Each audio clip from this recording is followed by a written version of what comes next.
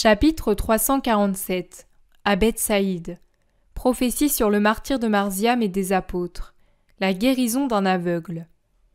Le 1er décembre 1945. Il ne marche plus, il court dans la nouvelle aurore encore plus brillante et plus pure que les précédentes. Partout, la rosée scintille et des pétales multicolores pleuvent sur les têtes et sur les prés pour ajouter d'autres couleurs de fleurs effeuillées à celles innombrables des fleurs qui se dressent bien droit sur leurs tiges, sur les rives et les champs, et pour allumer de nouveaux diamants sur les brins d'herbes nouvelles. Il court parmi les chants des oiseaux amoureux, dans le murmure de la brise légère et des oreillantes, qui soupirent ou qui arpègent, en glissant parmi les branches, en caressant les foins et les blés qui lèvent jour après jour, ou bien en coulant entre les rives, en courbant doucement les tiges qui effleurent les eaux limpides. Ils courent comme s'ils allaient à la rencontre de l'amour. Même les plus âgés, comme Philippe, Barthélemy, Matthieu, Simon le Zélote, partagent la hâte joyeuse des jeunes. Et il en est de même parmi les disciples, où les plus âgés rivalisent avec les plus jeunes quant à la rapidité de la marche. La rosée n'a pas encore séché sur les prés, quand ils arrivent aux environs de Bethsaïde, resserrés dans un petit espace entre le lac, le fleuve et la montagne. Un tout jeune homme courbé sous un fagot de ramilles descend par un sentier d'une forêt de la montagne. Il marche rapidement, presque en courant, et à cause de sa posture, il ne voit pas les apôtres. Il chante heureux, en courant sous sa charge, et une fois arrivé sur la grande route aux premières maisons de Bethsaïde, il la jette par terre et se redresse pour se reposer, en rejetant en arrière ses cheveux noirs foncés. Il est grand et élancé, avec un corps robuste et des membres maigres mais agiles, une belle figure de jeune homme. « C'est Marziam !» dit André. « Tu es fou, celui-là c'est un homme !» lui répond Pierre. André met ses mains en porte-voix et l'appelle à grands cris. Le jeune homme qui se penchait pour reprendre son fardeau après avoir serré sa ceinture à la courte tunique qui lui arrive à peine aux genoux et qui est ouverte sur la poitrine, probablement parce qu'elle est trop étroite pour lui, se tourne en direction de la pelle et voit Jésus, Pierre et les autres qui le regardent, arrêtés près d'un groupe de saules pleureurs qui trempent leurs branches dans les eaux d'un large ruisseau, le dernier afflux de gauche du Jourdain avant le lac de Galilée, situé justement à la limite du village. Il laisse tomber son fardeau, lève les bras et s'écrie « Mon Seigneur, mon Père !» Puis il s'élance en courant.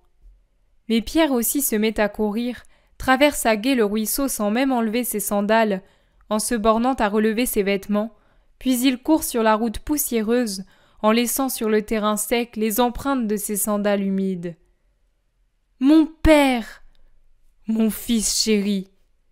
Ils tombent dans les bras l'un de l'autre. Marziam est vraiment aussi grand que Pierre, si bien que ses cheveux noirs retombent sur le visage de Pierre, dans son baiser affectueux, mais comme il était lancé, il paraît plus grand.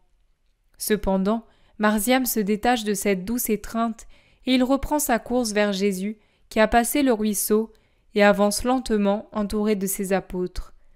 Marziam tombe à ses pieds, les bras levés, et dit « Ô mon Seigneur, bénis ton serviteur !»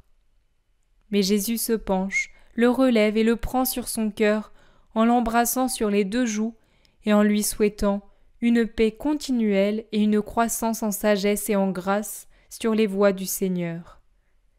De même, les autres apôtres font fête au jeune homme et ils se félicitent avec lui de son développement, surtout ceux qui ne l'avaient pas vu depuis des mois.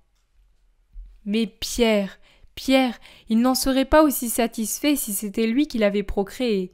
Il tourne autour, le regarde, le touche et demande à tel ou tel « Est-ce qu'il n'est pas beau ? Est-ce qu'il n'est pas bien fait ? Regarde comme il est droit, cette poitrine haute, ces jambes solides. Un peu maigre, avec encore peu de muscles, mais il promet vraiment. Et le visage, regardez s'il ressemble encore à ce petit être que l'an dernier je portais dans mes bras. J'avais l'impression de porter un oiseau miséreux, palichon, triste, peureux. Brave Porphyrée! Ah, elle a été vraiment efficace avec tout son miel, son beurre, son huile, les œufs et les foies de poisson. Elle mérite vraiment que je le lui dise tout de suite. Maître, tu me laisses aller la retrouver, hein? Vas-y, vas-y, Simon, je te rejoindrai bientôt.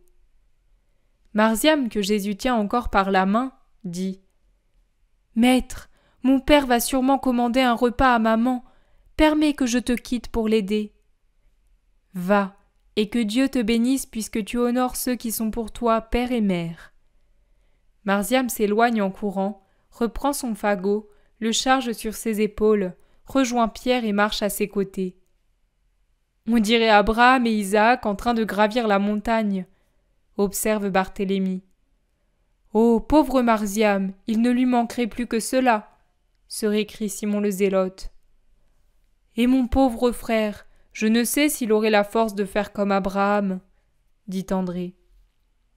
Jésus le regarde, lui d'abord, puis la tête grisonnante de Pierre qui s'éloigne avec son Marziam près de lui, et il dit « En vérité, je vous dis qu'un jour viendra où Simon-Pierre se réjouira de savoir son Marziam emprisonné, frappé, flagellé, mis en péril de mort, et il aurait le courage de l'étendre de sa main sur le gibet, pour le revêtir de la pourpre des cieux et féconder la terre de son sang de martyr, enviant son sort et souffrant pour ce seul motif, ne pas être à la place de son fils et être obligé de se réserver à cause de son élection comme chef suprême de mon Église, jusqu'à ce que je lui dise « Va mourir pour elle ».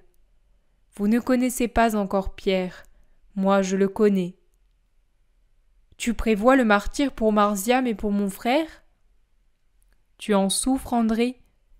Non, je souffre que tu ne le prévois pas aussi pour moi. En vérité, je vous dis que vous serez tous revêtus de la pourpre, sauf un.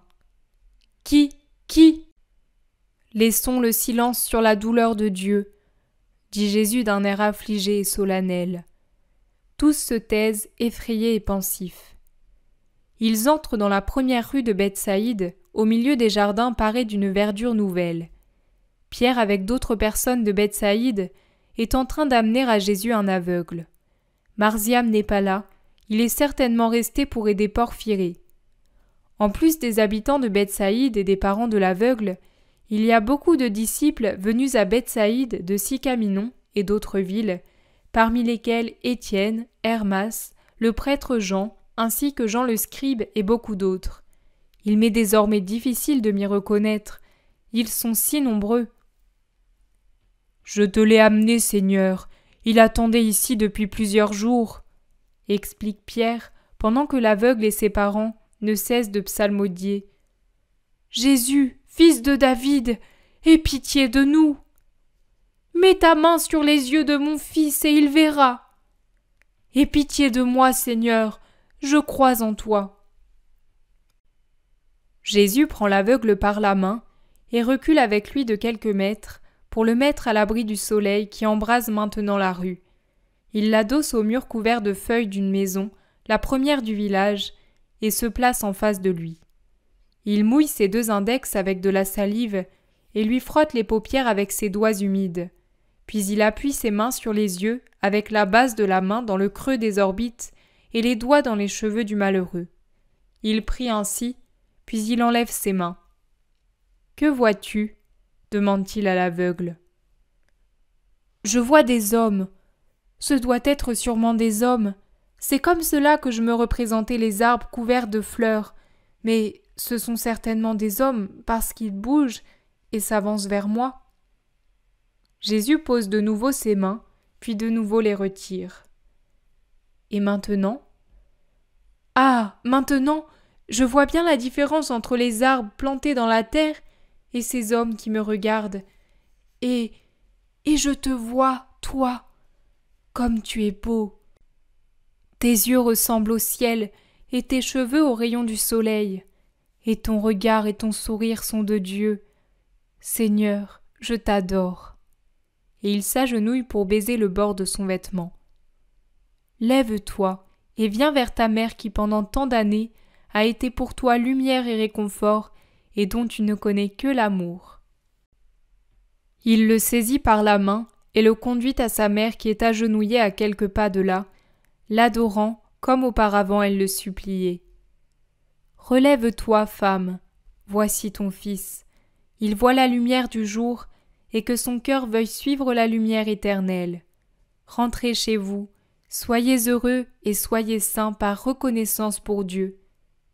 Mais en traversant les villages, ne dites à personne que c'est moi qui l'ai guéri, pour que la foule ne se précipite pas ici et m'empêche d'aller là où il est juste que j'aille apporter une confirmation de foi, de lumière et de joie aux autres enfants de mon Père. » Sur ce, par un petit sentier à travers les jardins, il se dirige vivement vers la maison de Pierre.